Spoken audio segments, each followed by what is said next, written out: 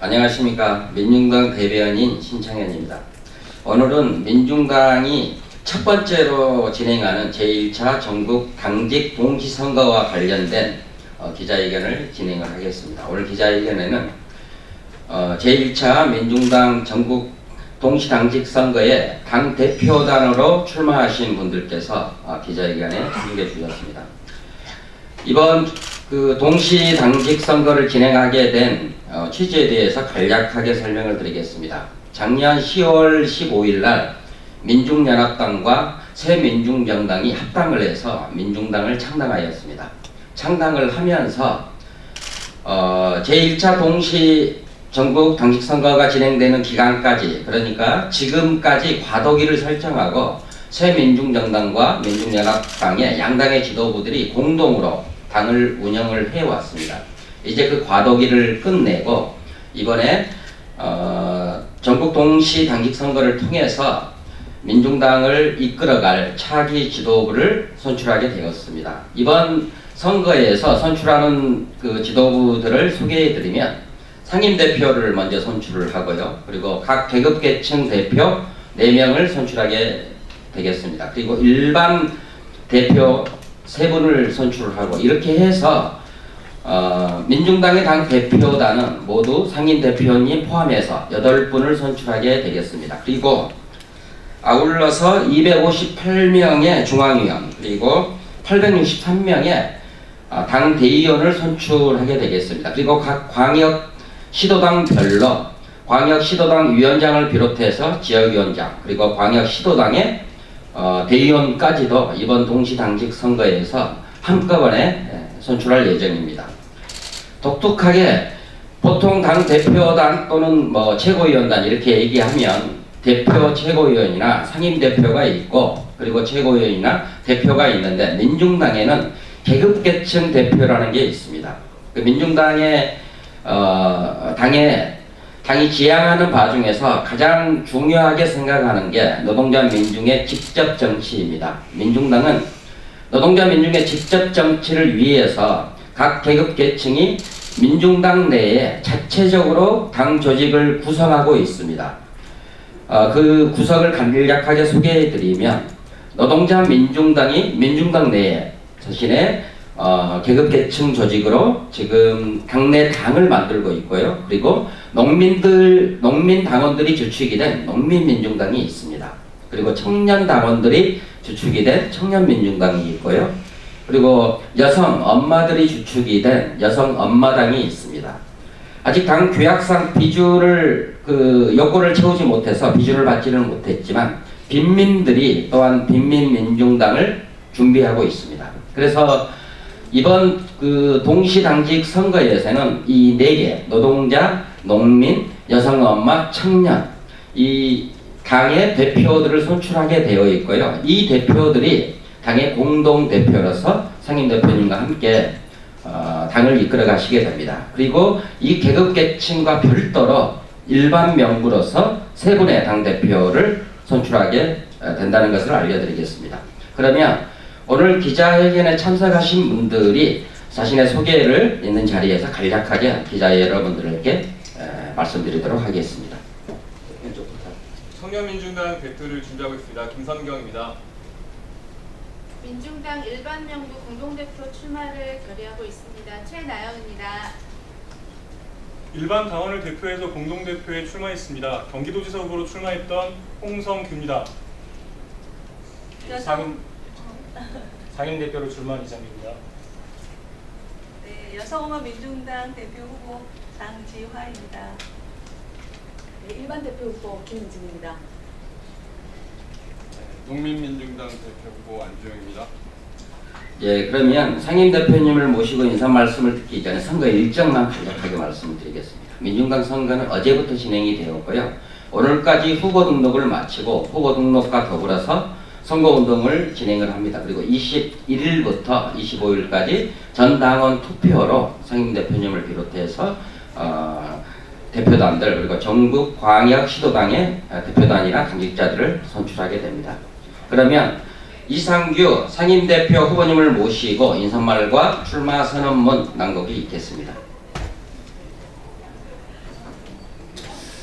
예, 국민 여러분 반갑습니다.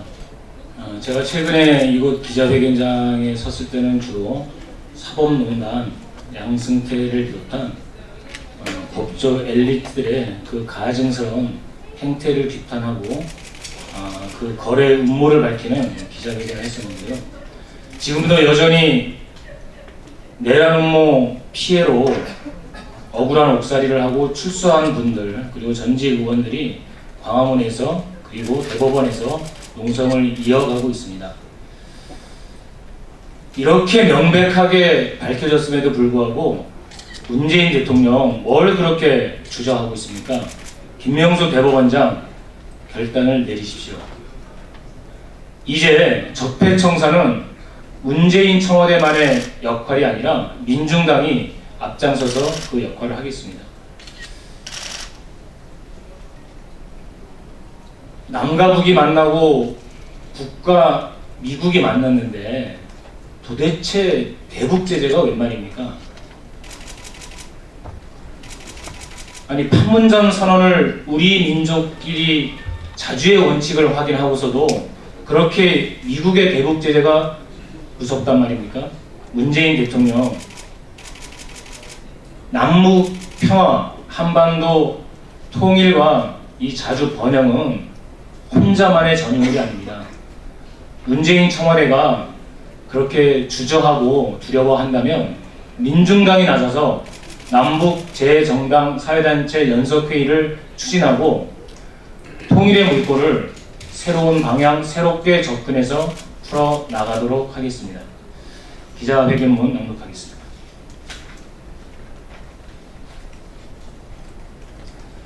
사랑하고 존경하는 국민 여러분, 민중당 상임대표 출마한 이상규입니다.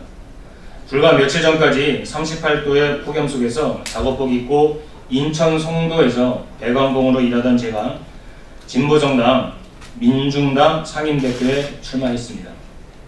19대 국회의원으로 의정활동을 했지만 더 긴 시간 일하는 곳이 건설 현장이니 제 대표 이력이 배관공이라 해야 할 것입니다. 민중당, 제게는 이름만 들어도 가슴 뛰게 하는 진보정당입니다. 민주노동당과 통합진보당 두루 거쳤지만 민중당만큼 큰 자부심을 안겨준 정당은 없었습니다. 촛불혁명의 도화선이 된 민중총궐기 주도 세력이라고 하는 것이 첫 번째 이유이고, 노동자, 농민, 청년, 여성, 빈민 등 땀 흘려 일하는 민중이 실질적으로 정당 정치 전면에 나섰다는 것이 두 번째 이유입니다. 지난 1년간 촛불혁명으로 민주정부가 들어서고 꽉 막힌 남북관계가 해빙기를 맞고 있습니다. 우리는 문재인 정부의 적폐청산과 한반도 평화를 위한 노력을 전적으로 지지하고 있고, 그것이야말로 촛불혁명의 정신이라고 주장하고 있습니다. 그리고 적폐청산과 한반도 평화체제 구축이야말로 문재인 정부의 성공의 가늠자라고 확신하고 있습니다. 하지만 촛불로 잡은 정권, 국민들이 세워준 정권이라면 혁명의 성과를 국민에게 돌려줘야 하는 것이 기본 태도입니다. 권력을 국민들에게 돌려주고 사회 경제적으로 진보적 시책들을 빠르게 내와야 하지만 문재인 정권은 그렇게 하지 못하고 있습니다. 최근 소득 주도 성장 폐기, 저는 단순한 공약 파기로 여기지 않습니다. 국정기조 변화의 신호탄입니다. 현 정부는 삼성이 끈질기게 요구해온 규제 완화를 투자와 일자리 창출이라는 명목으로 허용해 주려 하고 있습니다. 은밀하게 경영권 승계를 지원해온 박근혜 정권과 사뭇 다른 방식으로 재벌과 자본의 욕망을 채워주는 것이죠. 이는 촛불이 원하는 우리 사회 진보적 방향과 너무나 거리가 먼 일입니다. 일자리가 없어 폐지 위기에 몰린 경찰청 보안수사대가 백주 단앗에 활개를 치며 남북경제협력자를 국가보안법으로 잡아가지고 대북 제재 공조를 운운하며 민중당의 남북정당 교류를 가로막은 행태는 현실로 받아들이기조차 힘든 일입니다. 박근혜 청와대, 국정원, 양승태 대법원이 조작하고 거래하고 입맞춰 만든 이석기원 내란 음모 사건 피해자들이 아직도 감옥에 갇혀 있다는 사실 역시 납득하기 어려운 일입니다. 하지만 누구를 원망하기에 앞서 우리의 책임을 먼저 생각하려고 합니다.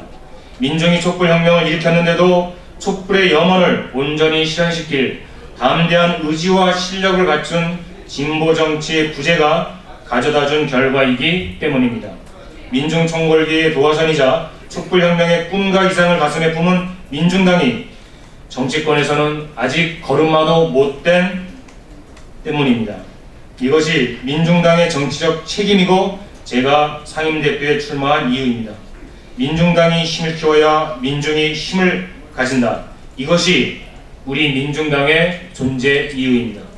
민중당은 한국사회 진보에 대한 헌신과 책임을 자각하는 정당입니다. 우리의 부족함을 겸허하게 되돌아보고 미래로 나가는 진보 정치의 길을 빠른 속도로 키워가겠습니다. 그리고 한 가지 덧붙일 말씀이 있습니다. 임기가 시작되기 전이지만 긴급한 일이 있어 호소드립니다. 양승태 대법원의 사법농단 진상을 낱낱이 규명하고 책임자들을 처벌하며 피해 회복을 빠르게 실현하는 일입니다. 사법농단 특별법 제정안 국회 통과에 힘을 모아야 합니다. 저와 민중당은 지금 한 달 넘게 전개하고 있는 광화문 농성 투쟁을 확대하고 피해자들과 연대하며 국민적 공부를 형성하기 위한 최선의 노력을 다할 것입니다. 감사합니다.